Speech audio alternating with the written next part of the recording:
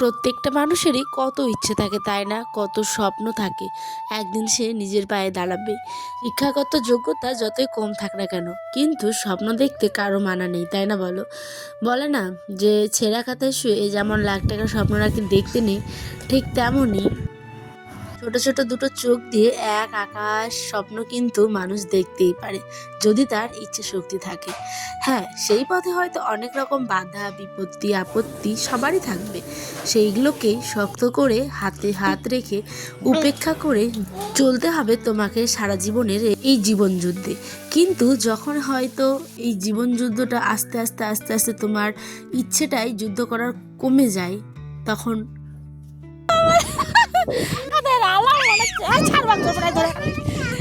Hello বন্ধুরা, কেমন আছো তোমরা? সকলে আশা করছি ভালো আছো, সুস্থ আছো। আমার নতুন একটি ব্লগে তোমাদের অনেকটা ভালোবাসা জানিয়ে আমি একদম আমার সবুজ মাঠে ভিডিওটা এসে শুরু করলাম, ঠিক আছে? কারণ আমি এখন এসেছি আমাদের জমি দেখতে।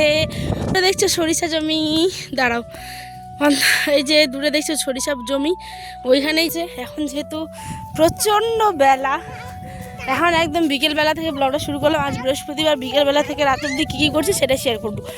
কেমন লাগে বলো তো বন্ধুরা? সত্যি আমি আর পারছি না, একেবারে ক্লান্ত হয়ে গেছি জানো।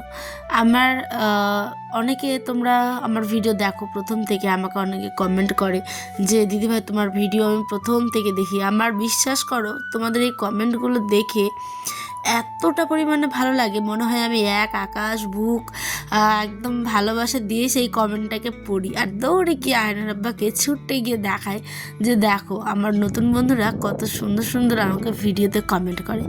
তখন না মনে হয় ইস আমি পারবো ভিডিও করতে, এটা করতে সেটা করতে।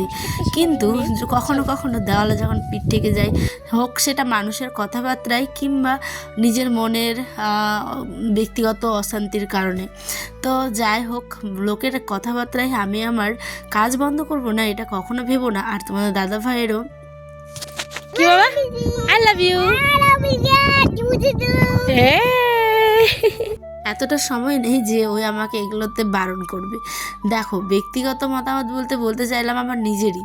আমি জানি না কেন 1 বছর ধরে ভিডিও করছি, এই ভিডিও জার্নিতে আমি একটা জিনিস বুঝতে পারছি যে দিন দিন ভিউজটা কেমন কমে যাচ্ছে জানো। হ্যাঁ, কিন্তু ভিউজটা যেমন কমছে ঠিক তেমনই হয়তো কোনো একদিন বেড়েও যাবে। কিন্তু আমার মনে একটাই প্রশ্ন, 1 বছর ধরে যে ভিডিও করছি, আমি তো প্রথম যখন ভিডিও করতাম তখন কত পরিমাণে ভিউ হতো, কিন্তু এখন আমার ভিউটা জানি না কেন ডাউন হয়ে যাচ্ছে। বন্ধুরা প্লিজ, কেন হচ্ছে তোমরা একটুখানি আমাকে জানিও। তোমাদের কাছে যদি কিছু হেল্প পাই আমার ভীষণ ভালো লাগবে জানো। আর দিন দিন মানে যখন ভিউজটা কমে যাচ্ছে না, মন থেকে শান্তি পাচ্ছি না, মনে হচ্ছে যে আজ ভিডিও দিব কি না, থাক নাহলে দিব না। কিন্তু তারপরেও দেখো, চেষ্টা করে করে করে করে করে করে একটার পর একটা ভিডিও কিন্তু তোমাদের আমি দিয়ে যাচ্ছি। আর হুট করে কোনো দিন দেখবে এই ভিডিওগুলোতেও 12টা কি 15টা যখন ভিউ হয়, তখন আবার নতুন বন্ধুগুলোই কিন্তু চলে আসে। তো এই হচ্ছে গিয়ে ব্যাপার, মানে সব মধ্যা কথা, তোমাকে হার মারলে চলবে না, তোমাকে কাজ করে যেতে হবে।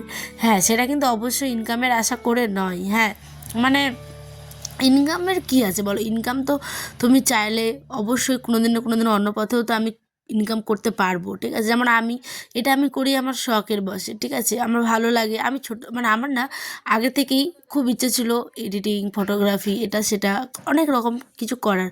তো আমি আগে করতাম না, এমনি নানান চাপে নানান কাজকর্মে। তো ইদানিং আমি যখন এটা করি আমার খুব ভালো লাগে। আর রিসেন্টলি আমি কিন্তু এআইয়ের কাজগুলোও শিখছি, খুব ভালো লাগে আমার এআইয়ের কাজগুলো শিখতে। আয়নার আব্বাও শিখে, আমি ল্যাপটপে সারাদিন ওগুলোই করি, হয়তো তোমাদের সাথে শেয়ার করি না। তো চাইলে তোমরা যদি দেখতে চাও অবশ্যই আমি শেয়ার করব, ঠিক আছে? আর এদিকে আমার দেখো আঙ্গুর খাচ্ছে, এদিকে এটা ছিল যেহেতু বৃহস্পতিবারের ব্লগ, তো দেখো আয়নার আব্বা কত কিছু নিয়ে এসছে এখানে, টমেটো, বেগুন, ধনেপাতা, ফুলকপি, কত কিছু। ফুলকপি তো দাম বিশাল ছিল বলে ওই কিন্তু আনছিল না, তো এখন দেখো নিয়ে এসছে। আর এদিকে আয়ান এসেছিলো কমলা লেবু নিয়ে, ওকে ছুলে দিলাম। এদিকে আয়নার আব্বা নিয়ে এসছে ওলকপি আবার আমার খেতে খুব ভালো লাগে না। এদিকে নতুন আলু, শাক, সব রকমের পালং, লাফা, তো যা হয় আর কি, সংসারের সারা সপ্তাহের খরচ কিন্তু নিয়ে চলে আসলো, ঠিক আছে? তো এখানটায় আয়নও আসে গুড়ি গুড়ি করে, ওকে আবার বিস্কিট দিই, এটা দিই সেটা দিই। চলো, এখানে আয়নের ফলগুলোকে এখন গুছিয়ে রাখবো। তার আগে দেখাচ্ছিলাম যে কত কত সবজি নিয়ে এসেছে। তো সবজির দাম তো বাজারে প্রচুর ছিল বলে অল্প অল্প করে খাচ্ছিলাম আমরা। দেখো যখন যেরকম তখন তেমন, যখন একটু দাম কমে ঠিক তখনই কিন্তু নিয়ে আসে। হ্যাঁ, আর ওই যে ইউটিউবের কথাটা বললাম, তোমরা কিন্তু কেউ খারাপভাবে নিও না প্লিজ, ওটা আমার একদম একান্তর মতামত। যখন মানে ভালো লাগে না, দেখি যে একদম মানে ওয়াচ টাইমটাও কমে যাচ্ছে এটা সেটা, তখন একদম ভালোই লাগে না আমার, মাথা পুরো যন্ত্রণা করে, মানে চিন্তা করি যখন অনেক, আবার তখন কী হয় বলো তো, হেউ এত চিন্তা করি কী হবে, যা হবে হবে, ইচ্ছা করে দিই, শখের বসে দিই, এটা হচ্ছে কি একটা ব্যাপার। ইনকামের কী আছে তাই না বলো, ইনকাম তুমি চিন্তা করলে তো পুরো ডিপ্রেশনে চলে যাবে, ওগুলো আমি চিন্তা করি না বাবা, আমি ভালোবেসে দিই তোমাদের জন্য, তোমাদের যাদের ভালো লাগে প্লিজ দেখো, আর যাদের ভালো লাগে না কি বলো বলো, তোমরা একটিবার দেখো, যদি না ভালো লাগে তাহলে স্কিপ করে যাও, কিছু বলার নেই, কাউকে আর জোর করানো নেই। কিন্তু আমি জানি আমার পরিবারের প্রত্যেকটা বন্ধুরাই আমার ভিডিও দেখতে ভালোবাসে। তো চলো, আনাজগুলো সমস্ত কিছু গুছিয়ে রেখে দিলাম, হাটবার তো সমস্ত কিছু গুছিয়ে রাখতে হয় আর কি এই একটা দিনে। আয়নার আব্বা নিয়ে এসেছিলো মাছ, কিন্তু দুপুরে আমি আবার গেছিলাম ফাতিয়া বাড়ি, মানে আমাদের এখানে একজন গত হয়েছেন, তো ওনার আবার ছিল হচ্ছে গিয়ে শেষ কাজ মানে ক্রিয়া, তো ওনার বাড়িতে যে খাওয়া দাওয়া ছিল, কিন্তু আমি ওখানে গিয়ে কোনো ভিডিও ফুটেজ নিইনি, কারণ জানোই তো